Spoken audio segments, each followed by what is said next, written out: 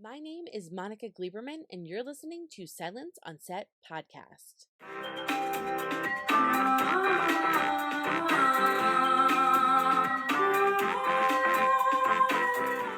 On today's podcast, joining us again is Jackson White, who plays Stephen DeMarco on Hulu's latest hit, Tell Me Lies. Jackson's here to talk about the finale and kind of explain all of the things that went down the best he can. So here to talk about all of the drama and answer all of the questions is Jackson White. So I have to start off right away. Okay. We started with the show, and in our first interview, and then in multiple for episodes after episodes, I have a semi-journalistic apology because we all started with that Steven is this horrible person, right? That he makes these bad choices and he's very manipulative. And then the show takes a severe turn, 6, 7, 8, where, it's not really necessarily Jackson anymore, per se. So I think for all of us that watched it, I'm apologizing on behalf of the world that you're not the most terrible person on the show. Thank you. That's an argument to have though, because I don't know. He gets pretty bad, but it's cool. You get to see where he comes from. You get to see a little bit of what's going on. You get to see maybe why he does it, where he draws from. But they're all getting pretty poisonous. Yeah, but he's not the only one. I felt bad because it was marketed almost like you were like the one bad, Yeah, you start as the antagonist or whatever, and then you have some humanity to you and you confuse people. I think that was the intention. I think that was why it was so fun. Okay, so let's get into the finale. Yeah.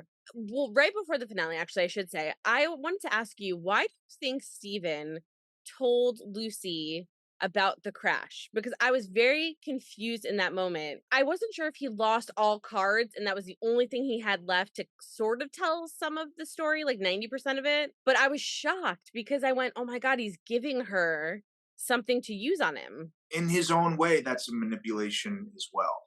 It's called manipulation through honesty. It's a term that became his mantra. It's trauma bonding. Have someone who understands a very dark secret about you, then you bring them closer, you isolate them from their friends, and it's a manipulation tactic. And I think he said that to draw Lucy in, to strengthen the bond so that he was protected. He's also a very isolated, lonely fucking guy. So he has to have something. And you see in episode 5, like, this dude can't even tell his family. He cannot talk to anybody. So he has learned in his years to put that on his relationships and give them something so they feel closer to him, so that he feels safe. Yeah, and it's interesting because I think his value of women shifts depending on the woman, if that makes sense too. Yep. Like with Macy, I felt a little disconnect. It was more of like, this is cool, yeah, we're at school, whatever. Diana, I feel like there might have been a little more of a connection. There was a 2-year history there.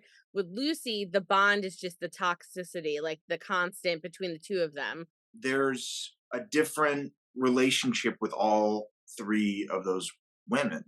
And you see these 3 different sides of this guy, and he puts his trauma and his emotions in a different place with all these people. It's kind of crazy. Yeah, and I do think episode 5 was a huge one for you in particular for telling the story of Jackson, to understand how his mother, how his sister, how kind of everyone uses him in certain ways to get things that they want, which explains, I think, why he reacts the way he does. In that finale, we're seeing the full story of what happens, the actual story of what happens between Jackson and Macy and the accident and all of that. And then we get to this party. What? How? I understand that he felt like devalued because Lucy was like, oh, there's this desk job and she's not working and she just wants to hang out with him. And he's going, I have like so much to do. Like, I have so much on my plate. Like, I don't have the luxury that you have. Right. And that's a big struggle for him too, with his friends. Like, he has to work. He needs to make money. He has obstacles that they might not necessarily have. But the conversation he has with Diana, she like almost lures him into offering all these shiny toys, that he walks in the party with Lucy and out of the party with Diana. What happened? He's a survivalist. He wants to go where he is safe. And what is his best odds of success, survival? And it's become so complicated handing someone that secret of his that it became a liability, and it became destructive, and he had to assess it. He's a very calculating mathematical dude. He's really assessing all of the possible outcomes, and he picked the one that is going to work for him in the long run. He's 5 steps ahead, and he was scared. He was also really scared, and in that particular moment, he was fucked up. We have to remember that. Yeah, I know, and, like, I love that scene. I think you guys talked about it a couple times, but when you guys are coming down the stairs and you have, like, Mr. Brightside playing and it's, like, slow motion and her face Lucy's face is of shock. My face was, like, on the floor because I was like, "What just ha" like, I literally felt like her, like, "What just happened?" But at the same aspect, from watching him, I understood it. Like, I knew why he did it, and I feel like a lot of people might have jumped on that opportunity, Yep. but I was kind of starting to, and again, this could be you, like, how you acted. I was starting to kind of believe that he really did love Lucy. So then at that moment when that happened, I was like, "Oh my gosh, he's throwing all of that away." Like, he's just walking out and saying, like, "Bye, like, I'm walking out with this girl." Maybe he does. Maybe he does love Lucy. But what have we seen of this guy and how love has been shown to him? Like, what have we learned about how this guy understands love and what he understands about it? And what does that mean to him? And it's like, whether he loves her or he doesn't, it's almost not important in that moment. And do you think because he is kind of drugged, that he's not thinking of the consequence that could happen? Now, we don't see it, but the consequence that could happen further along the line because she's a freshman, like, he's a senior. What she could possibly say, we don't know down the line. But do you think he's worried at all about that as they're walking down? Or he's just at the moment where he's like, I don't even care. I think he made a mistake, probably a drug induced mistake Hmm. on the way he went about it. I think he was calculating what he was doing, but I don't think he thought through how it was happening. I think he just didn't handle his shit correctly. He wasn't holding his liquor. He was acting out. It was the immature side of him. I think it was his whatever, his wise mind telling him what to do with his future, but it was also the kid in him looking for safety. You shook me so hard, and I'm still thinking about it because he Yeah. walks in. Not only does he walk in, he gives her a hug, and like your facial expression is happy and nice and kind, and like you guys give each other hugs.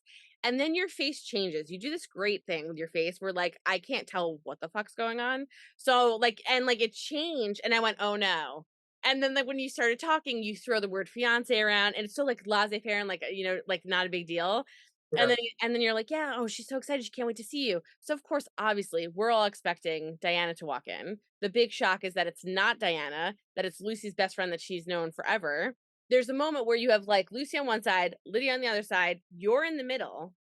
To me, your face was checkmate, but your face was unreadable, because it's hard to tell if but you're staring at her, Lucy, the whole time to Mhm. kinda, like, gauge, like, is she gonna react? What's gonna happen?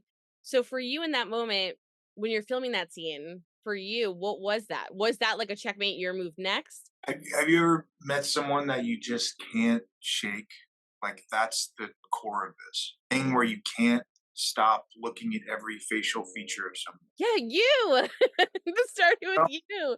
I I don't was I don't know, like, in my real life, I'm not sure, like, I was trying to think of that. Maybe, like, one of my first boyfriends in college kind of reminds me of Jackson a little bit, but you drive me insane because literally when it was done, I still am in thinking about that shot. Like, I'm still thinking about that last shot when we see his face. I can't tell you that it was like a checkmate. I think it was I have so much history with this person, and no matter what happens, that person is going to light him up no matter what, no matter who he's with, no matter what's going on, that person lights him up. And that's the core of the show, and that's probably what all those "what is he thinking" looks mean. And I don't know. And it's also I think supposed to confuse you because it confuses her. I mean, every person on the planet has a situation with someone where they don't know what they're thinking, and it drives them mad. That's the most human thing ever, and I think we want Lucy to.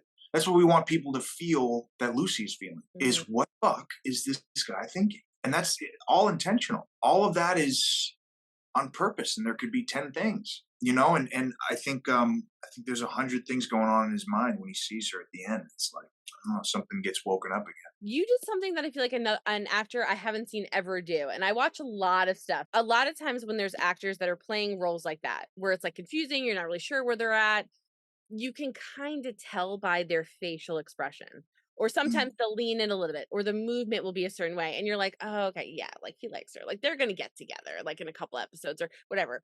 There's something that you did that I just find I'm so fascinated by you because there was nothing, like, you gave away absolutely nothing, episode after episode consistently, yet we're able to drop so much storyline, so much arc, so much to this character where, like, I really could not tell at all what he was thinking the whole time. Oh, that's awesome. Thank you so much for saying that. It's all what Megan and I talked about. That's all like how we designed this guy is genuine moments of positivity, genuine moments of negativity, and then underneath it all, is that true or is it not? I mean, it's a yeah. There was a couple things going at once. You have to be a blank canvas, and you also have to be really clear on your intentions because he is. So that was the fun part is trying to do both those things. But thank you for saying that. That's really cool. I wanna ask you, are you prepared for the finale for when everyone sees it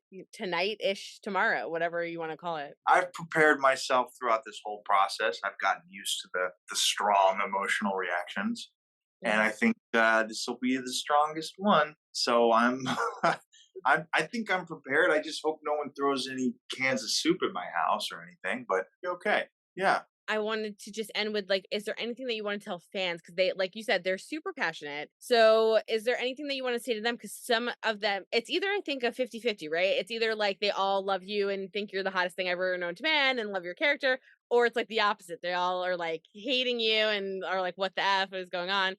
So, are you, excited, or what would you say, I guess, to them, the people that don't get a chance to speak with you like I do? The ones that are excited, I just thank you so much, and I love you, and thank you, and I'm so I just can't believe this is all happening. I mean, it's like insane. I'm drummer. I don't know what's going on.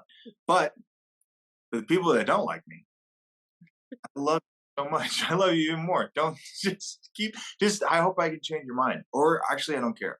But I don't know. I'm just happy to do this and I just feel really lucky I get to do this. Like truly, like I just can't believe I get to do this. That's like crazy for me. I've been through a lot of shit in my life and I just don't really have words for what's going on right now. It's just very exciting. I'm really grateful. And I love people coming up and talking to me. I think it's really cool. Just thank you so much. I hope you guys enjoyed listening to Jackson White talk about this season finale of Tell Me Lies. All of the episodes are currently available now, streaming on Hulu, so make sure you check it out. And don't forget to hit the subscribe button so you're updated on all of our latest podcasts, and head over to our YouTube channel, hit subscribe so you're updated on all of our video content.